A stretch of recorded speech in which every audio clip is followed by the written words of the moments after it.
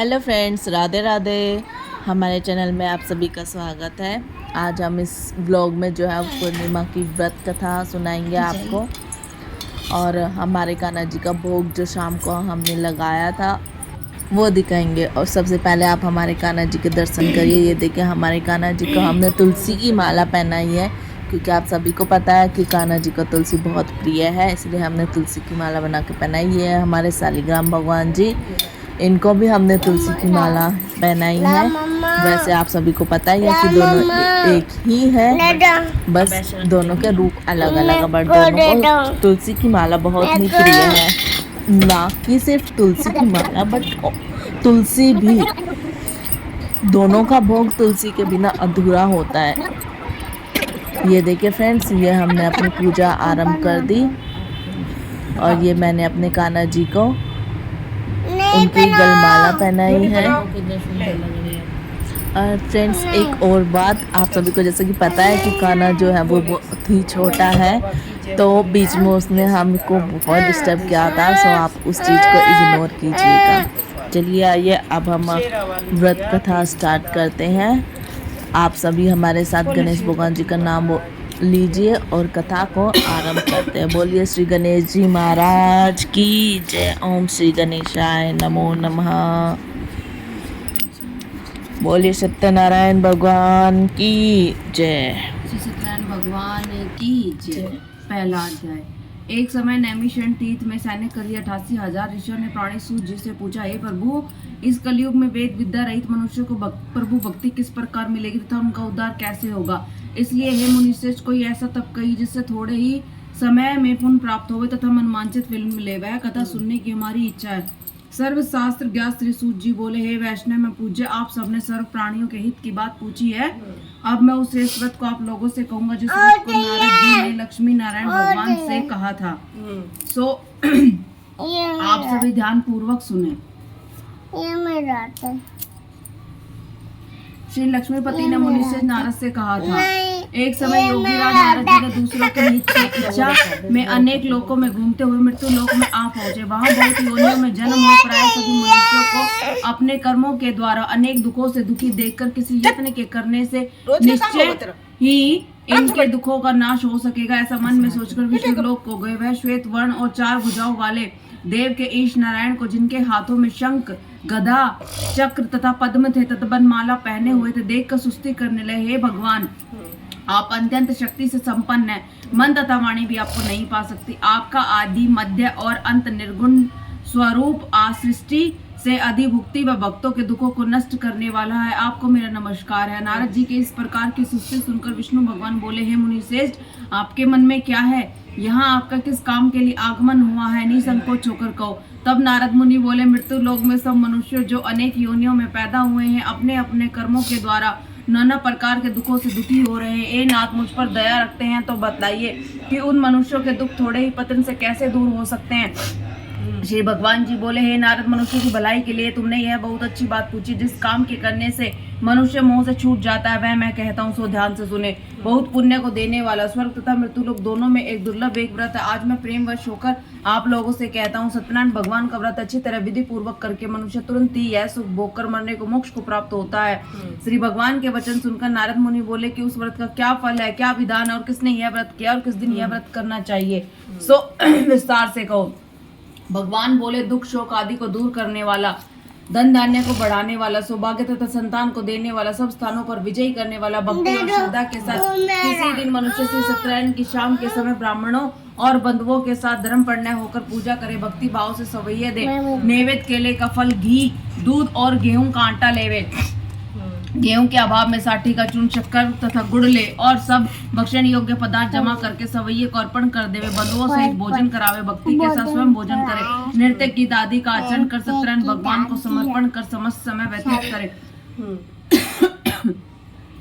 इस तरह का व्रत करने वाले की मनोकामना निश्चय ही पूरी होती है। विशेषकर काली काल में भूमि पर यही मोक्ष का सरल उपाय। बोल श्री सत्यनारायण भगवान की जय। श्री कृष्ण गोविंद हरे मुरारी, हे नाथ नारायण वासुदेवा। श्री कृष्ण गोविंद हरे मुरारी, हे नाथ नारायण वासुदेवा। दूसरा अध्याय। सूत जी बोले, हे ऋषि, जिसने पहले समय में इस व्रत को किया उसका इतिहास कहता हूँ, सो ध्यान से सुने। सुंदर काशीपुरी नगरी में एक अति निर्धन ब्राह्मण रहता था। वह भूख और प्यास से बेचैन हुआ नित्य ही पृथ्वी पर फिरता था। ब्राह्मणों को प्रेम करने वाले भगवान को ब्राह्मण को दुखी देखकर बूढ़े ब्राह्मण का रूप धारण करके उसके पास जा आदर के साथ पूछा, हे प्रिय, नित्य ही पृथ्वी पर क्यों घूमते हो? हे श्रेष्ठ ब्राह्मण, यह सब मुझसे कहो, मैं सुनना चाहता हूँ। ब्राह्मण बोले, मैं बहुत निर्धन ब्राह्मण हूँ, भिक्षा के लिए पृथ्वी पर फिरता हूँ। हे भगवान, यदि आप इसका उपाय जानते हैं तो कृपा करो। वृद्ध ब्राह्मण बोले, श्री सत्यनारायण भगवान मनवांछित फल को देने वाले हैं, इसलिए हे ब्राह्मण, तू उनका पूजन कर, जिसके करने से मनुष्य सब दुखों से मुक्त हो जाएगा। ब्राह्मण को व्रत का सारा विधान बतलाकर बूढ़े ब्राह्मण का रूप धारण करने वाले सत्यनारायण भगवान अंतर्धान हो गए। जिस व्रत को वृद्ध ब्राह्मण ने बतलाया था, मैं उसको करूंगा। यह निश्चय करने पर उसे रात को नींद भी नहीं आई। वह सवेरे ही उठा, सत्यनारायण के व्रत का निश्चय कर भिक्षा के लिए चल दिया। उस दिन से उसको भिक्षा के लिए बहुत धन मिला, जिससे बंधुओं बांधवों के साथ उसने सत्यनारायण भगवान का व्रत किया। ऐसे करने से वह ब्राह्मण सब दुखों से छूटकर अनेक संपत्तियों से युक्त हुआ। उस समय से वह ब्राह्मण हर मास व्रत करने लगा। इस तरह सत्यनारायण भगवान के इस व्रत को जो करेगा वह मनुष्य सब पापों से छूटकर मोक्ष को प्राप्त होगा। आगे जो पृथ्वी पर सत्यनारायण भगवान का व्रत करेगा वह मनुष्य सब दुखों से छूट जाएगा। इस तरह नारद जी ने सत्यनारायण का कहा हुआ यह व्रत तुमसे कहा है। हे प्रिय, अब मैं और क्या कहूँ? ऋषि बोले, हे मुनीश्वर, हे श्रेष्ठ, इस संसार में ब्राह्मण को सुनकर किस किसने उस व्रत को किया है, सब मुझसे कहो, इसलिए हमारे लिए मन में श्रद्धा है। सूत जी बोले, हे मुनिये, जिसने उस व्रत को किया है वह सब सुनो। एक समय वह ब्राह्मण धन और ऐश्वर्य के साथ अपने बंधुओं के साथ व्रत करने को तैयार हुआ। उसी समय एक लकड़ी बेचने वाला बूढ़ा ब्राह्मण लकड़ियां लेकर आया, लेकिन लकड़ियों को वह बाहर ही रखकर ब्राह्मण के मकान में गया। प्यास से दुखी लकड़हारा उसको व्रत करते देखकर उस ब्राह्मण को नमस्कार कर कहने लगा कि यह आप क्या कर रहे हैं और इसके करने से क्या फल मिलता है, कृपया करके आप मुझसे कहो। ब्राह्मण ने कहा, सब मनोकामना को पूरा करने वाला यह सत्यनारायण भगवान का व्रत है, इसी की कृपा से मेरे यहाँ धन धान्य आदि की वृद्धि हुई है। ब्राह्मण ने इस व्रत के बारे में जानकर लकड़हारा बहुत प्रसन्न हुआ। चरणामृत ले और प्रसाद खाने के बाद अपने घर को गया। लकड़हारे के मन में इस प्रकार का संकल्प आया कि ग्राम में लकड़ी बेचने से जो धन मिलेगा मैं उसे श्री सत्यनारायण भगवान का व्रत करूंगा। यह मन में विचार कर बूढ़ा लकड़हारा लकड़ियों को अपने सिर पर रखकर जिस नगर में धनवान लोग रहते थे ऐसे सुंदर नगर में गया।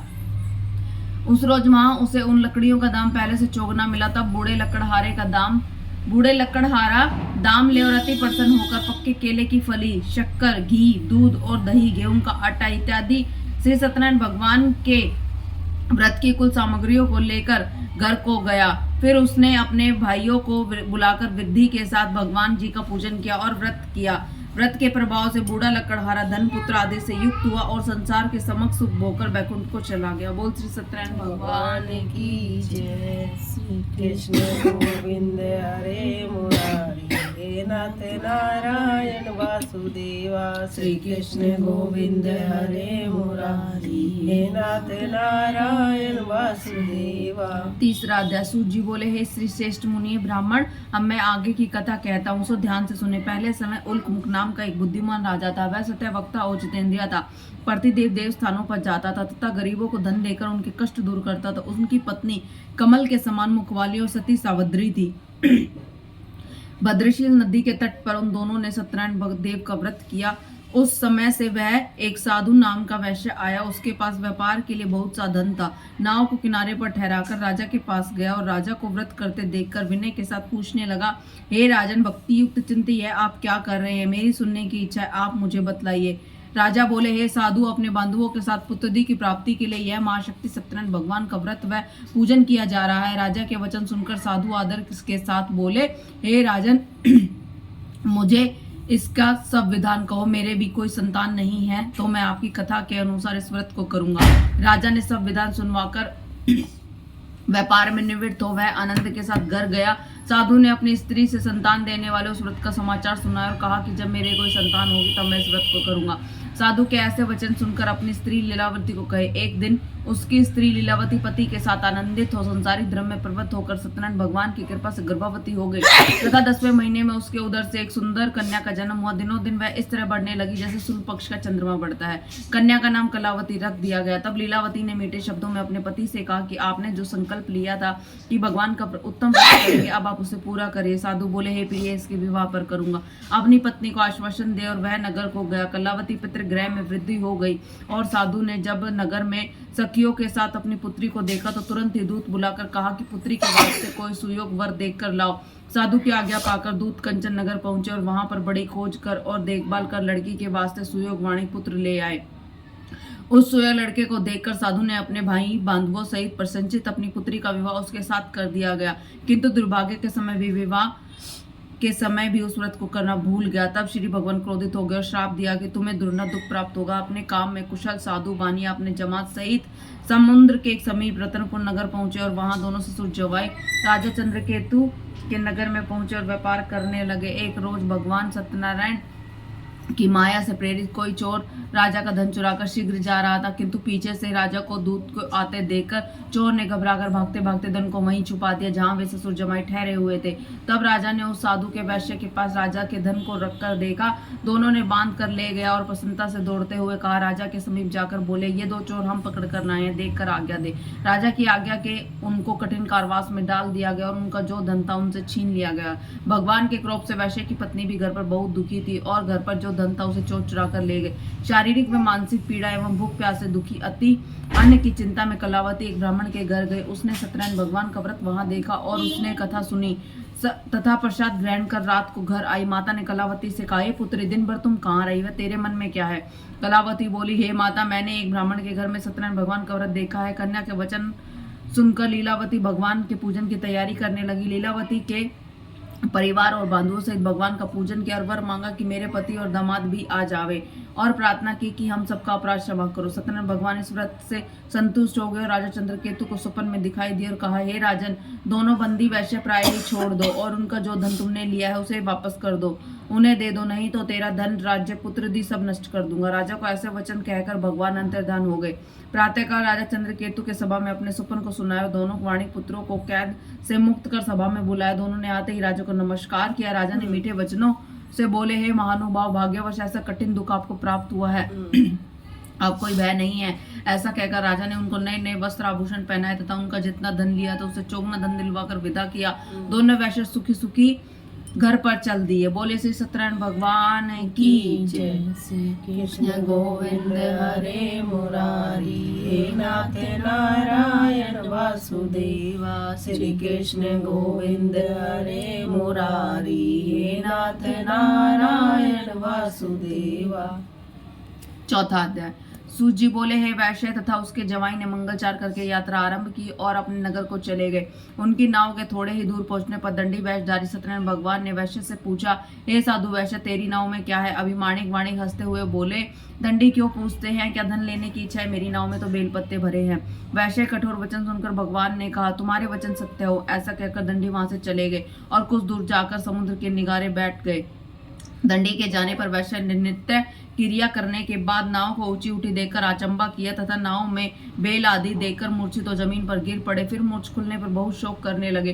तब उसका दामाद बोला कि आप शोक न करें, यह दंडी का ही श्राप है, अंततः हमें उनकी शरण में चलना चाहिए, तभी हमारी मनोकामना पूरी होगी। दामाद के वचन सुन वह दंडी के पास पहुंचे। अत्यंत भक्ति भाव से नमस्कार करके बोले, मैंने जो आपसे असत्य वचन कहे हैं उसको क्षमा करो। ऐसा कहकर महान शौकतुर हो रोने लगे। तब दंडी भगवान बोले, हे वाणिक पुत्र, मेरी आज्ञा से बार बार तुझे दुख प्राप्त हुआ है, तू मेरी पूजा में विमुख हुआ है।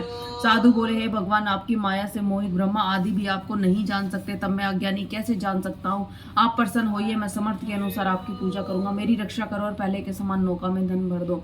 उससे भक्ति युक्त वचन सुनकर भगवान प्रसन्न हो गए और उसकी इच्छा अनुसार वर देकर अंतर्धान हो गए। तब उन्होंने नाव पर आकर देखा कि नाव धन से परिपूर्ण है। फिर वह भगवान सत्यनारायण का पूजन कर साथियों सहित अपने नगर को चल दिया। जब अपने नगर के निकट पहुंचा तब दूत घर भेजा। दूत ने उस वैश्य के घर आ उसकी स्त्री को नमस्कार कर कहा कि आपके पति देव अपने दामाद सहित इस नगर के समीप आ गए हैं। ऐसे वचन सुन लीलावती ने बड़े हर्ष के साथ सत्यदेव का पूजन कर अपनी पुत्री से कहा, मैं अपने पति के दर्शन को जाती हूँ, तो कार्य पूर्ण करके शीघ्र ही आ जाना। माता के वचन सुनकर उसकी पुत्री कलावती भी प्रसाद छोड़ पति के पास गई। प्रसाद की अवज्ञा के कारण सत्यनारायण भगवान रुष्ट हो गए। उसी के पति को नाव सहित पानी में डुबा दिया। कलावती अजब ने जब अपने पति को ना देखा तो रोती हुई जमीन पर गिर पड़ी। तब इस तरह नौका को डूबा हुआ देख, कन्या को रोता देख वैश्य साधु दुखित हो बोले, हे प्रभु, मुझसे या मेरे परिवार से जो भूल हुई है उसे क्षमा करो। उसके दीन वचन सुनकर सत्यदेव प्रसन्न हो गए और आकाशवाणी हुई, है वैश्य, तेरी कन्या मेरा प्रसाद छोड़कर आई है, इसलिए उसका पति अदृश्य हुआ है। यदि वह घर जाकर प्रसाद खाकर लौटे तो उसका पति अवश्य मिलेगा। आकाशवाणी से ऐसे वचन सुनकर कलावती घर पहुंचकर प्रसाद खाया। फिर उसने आकर अपने पति के दर्शन किए। तब वैश्य परिवार के सब लोग प्रसन्न हुए।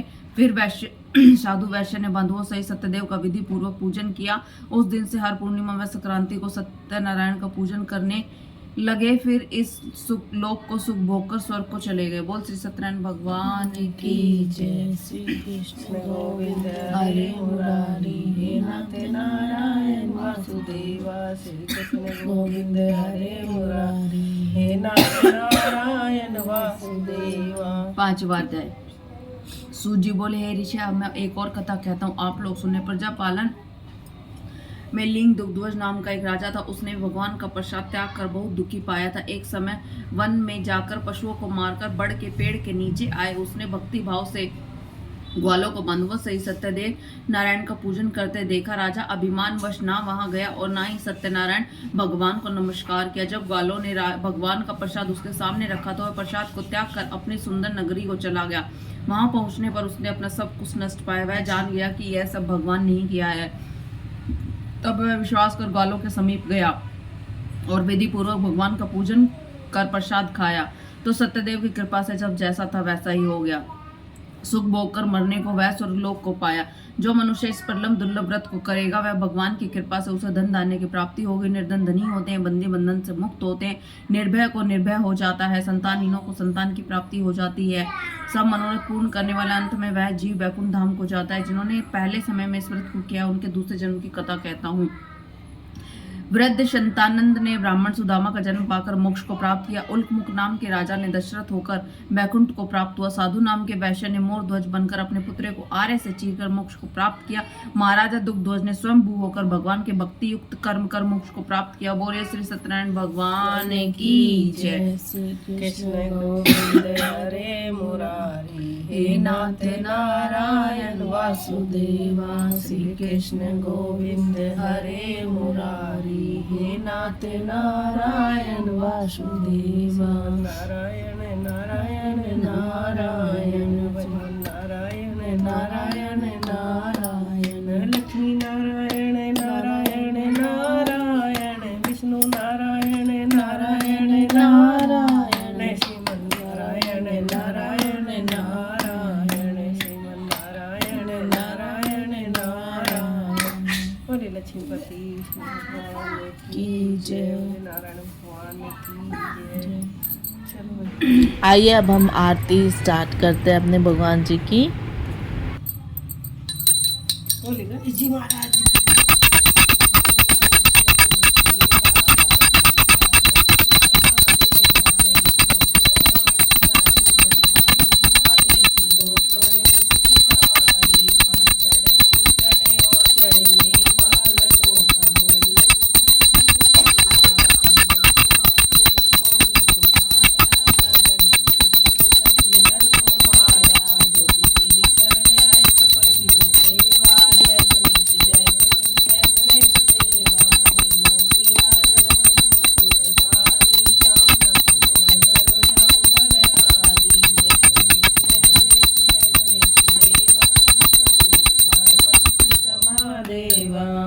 जय लक्ष्मी रमना स्वामी जय लक्ष्मी रमना, सत्यनारायण स्वामी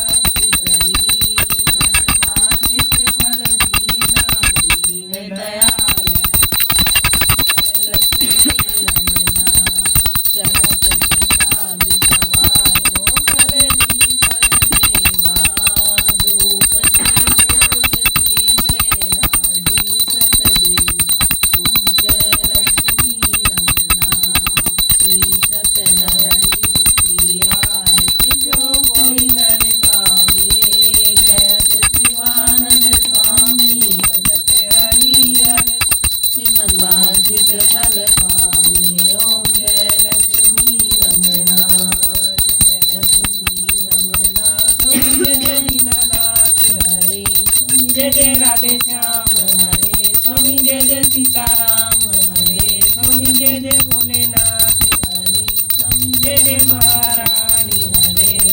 भक्त जनों के संकट नाश, जनों के अवगुण वाला दूर करी। ओम जय जगदीश हरे। आरती कीजिए हनुमान लला की, दुष्ट दलन रघुनाथ कला की। जाके बल से गिरवर कांपे, रोग दोष जाके निकट न जाके।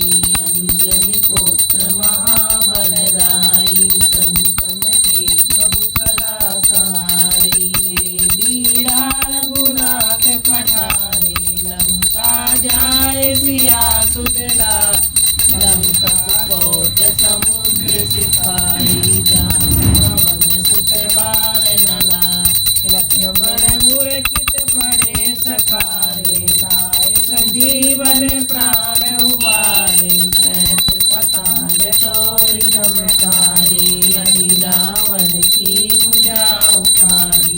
बाएं भुजा सुर दल मारे, दाहिनी भुजा संत जन तारे। सुर नर मुंजन आरती उतारे, जय जय जय हनुमान उजारे। कंचन थाल कपूर लो छाई, आरती करते अंजना माई। जो हनुमान जी की आरती गावे, वैसे वैकुंठ परम पद पावे। लंका विध्वंस कियो रघुराई, तुलसीदास स्वामी कीरति गाय।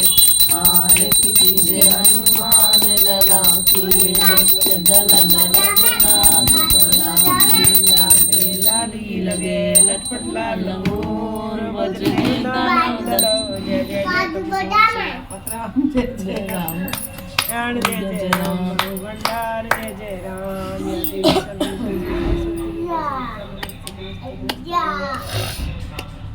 यदि सर्वभूतेषु लक्ष्मी सर्वभूतेषु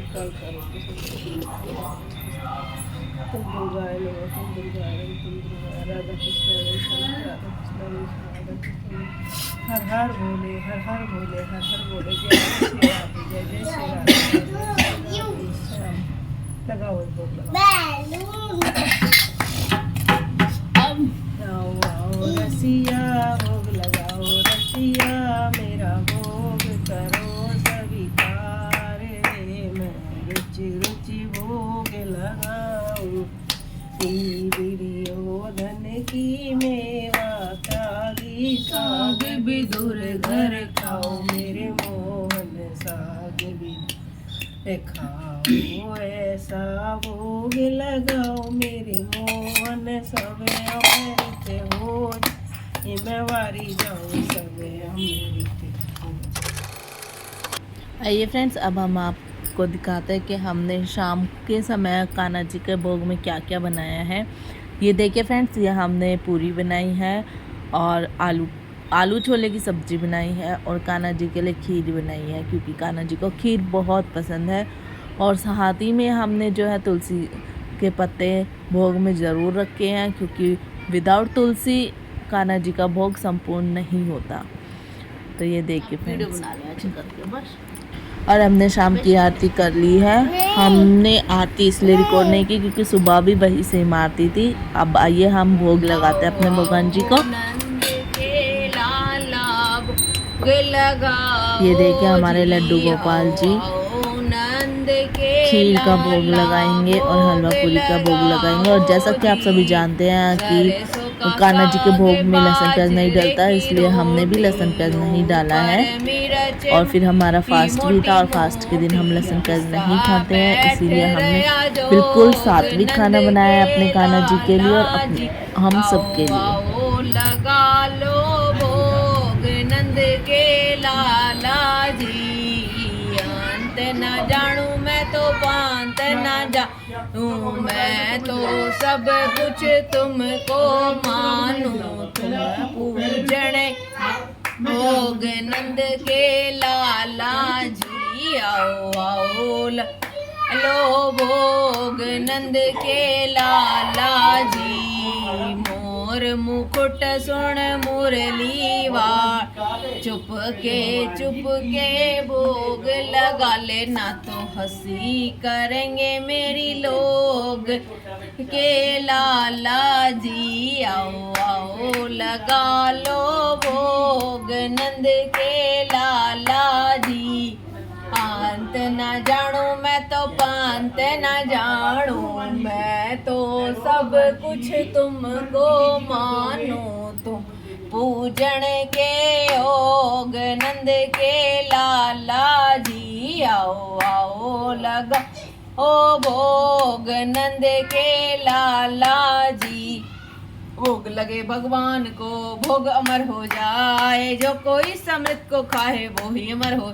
सियापत राम जय जय राम, करो कल्याण जय जय राम, मेरे प्रभु राम जय जय राम। आइए अब हम मंदिर के लास्ट दर्शन कराते हैं आप सभी को आज के, और साथ ही में हम आपसे विदा लेते हैं। और आपको अगर हमारा व्लॉग अच्छा लगा हो तो प्लीज़ सब्सक्राइब कीजिएगा, लाइक कीजिएगा और अपने सभी दोस्तों के साथ शेयर ज़रूर कीजिएगा। Thanks for watching.